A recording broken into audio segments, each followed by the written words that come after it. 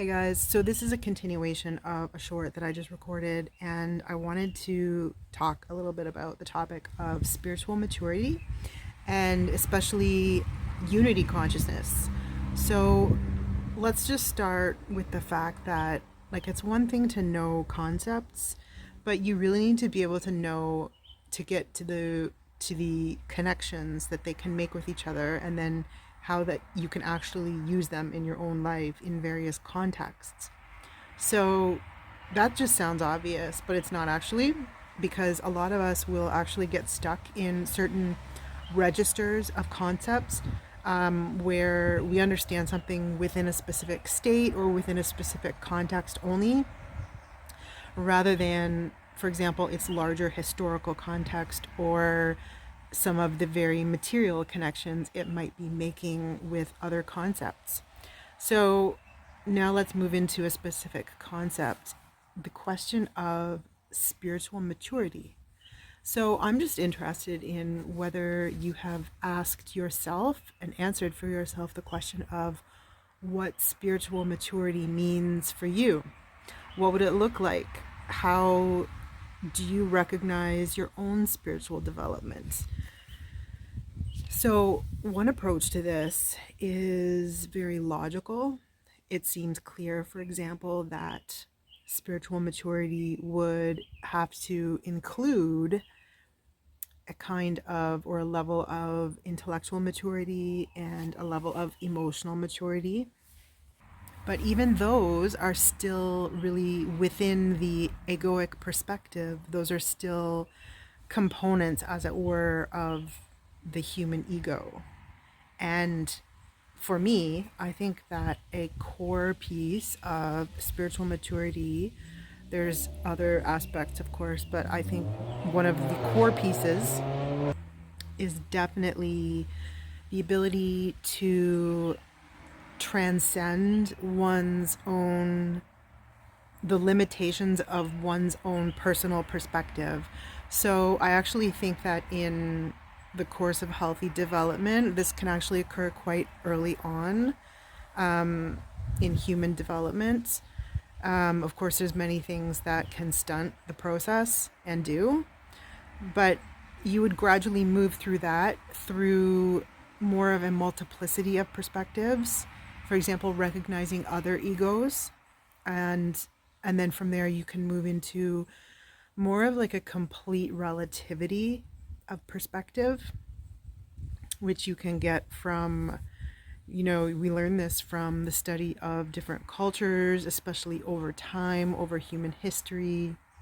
And all of this, of course, is on the way towards a genuine kind of unity consciousness, which has a lot of metaphysical implications. But even there, that is still just a starting point, because I would see that as kind of like a gateway towards genuinely transpersonal forms of perception and transpersonal forms of energetic exchange. And so this is where we could begin to receive clairvoyant information, claircognizant information, and we would see phenomena such as shared dreaming and after death communication, which that can even happen like on an asymmetrical one-way type of process. And so this is where I think that the various kinds of like levels of dimensionality do actually play a role, because it makes sense.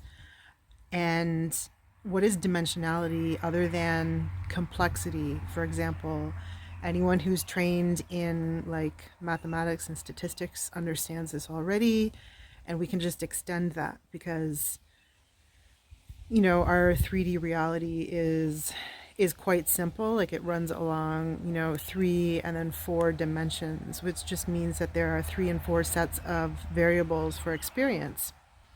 And so why am I talking about this? Why is this a concept at all? I think it's fascinating because of the way that it does connect for us these more metaphysical domains and questions with the level of absolute practicality of our daily lives.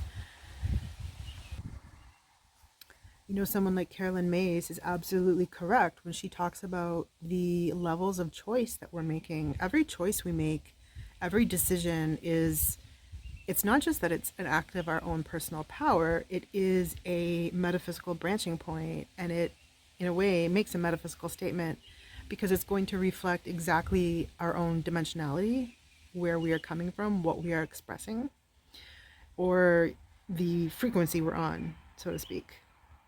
Now, some people have conflated unity consciousness with the idea that you are losing your ego, and that's a conflation, that's a confusion, because obviously in healthy development you are not going to literally lose your ego. To do so would be approaching actual psychosis, so nobody wants that. It's just a bad use of language. Like, what's more accurate is that obviously you're continuing to use the ego, which may even be strengthened in a very healthy way, in a very adaptive way. But what will happen is that now you can see it more for the filter that it actually is. So, in a sense, we could speak about it becoming more translucent so that you can actually see beyond the confines of your egoic conditioning. So let me know if that makes sense, you guys, and definitely subscribe to my channel and follow me for more topics like this, more conversations like this, which I would like to get into. I would really like to get to like work on growing my channel here. So if you're able to check out and watch some of my earlier videos, please do so. I'd love to get up my watch hours. And I'm curious too, for who's listening, where you're at spiritually in your own spiritual understanding. For example, in the respect of how it actually touches on your daily life and your daily understanding of how you're moving through life. For example, do you need to know about the Galactic Federation of Light?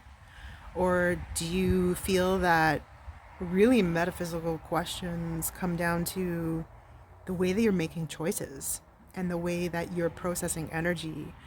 So, yeah, I would just be really curious to hear about where you're at and maybe a little bit about how your own spiritual evolution has unfolded for you, especially in regard to, we were talking about spiritual maturity and how you've navigated this area. So, I would love to hear. And of course, I just want to make it clear that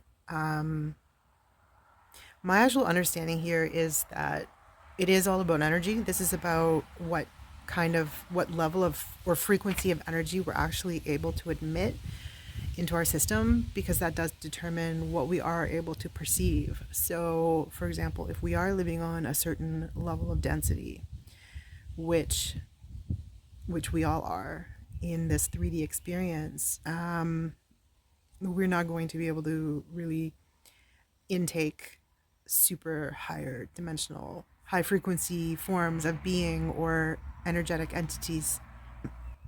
So, by all means, this is not like dismissing that at all, but it's about the phenomenological approach of what is actually presenting itself to you in your own direct experience on an ongoing day to day basis, and really working up from there.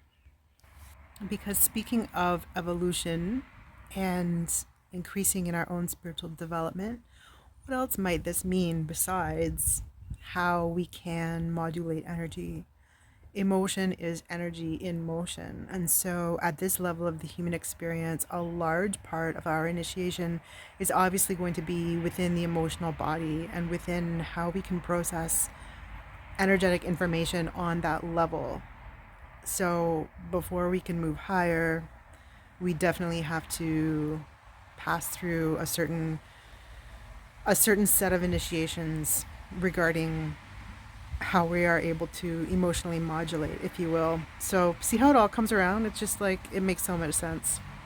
And that's really why, in a way, it's kind of unnecessary even to like dig into like fun supernatural concepts or super higher dimensional entities until we're even able to create a very calm and peaceful standing wave for ourselves, where we're not like emotionally crashing out, we're not riding like these like chemical roller coasters, but we're able to live from like this totally foundational place of peace, which can then allow us to receive higher qualities of information, so to speak.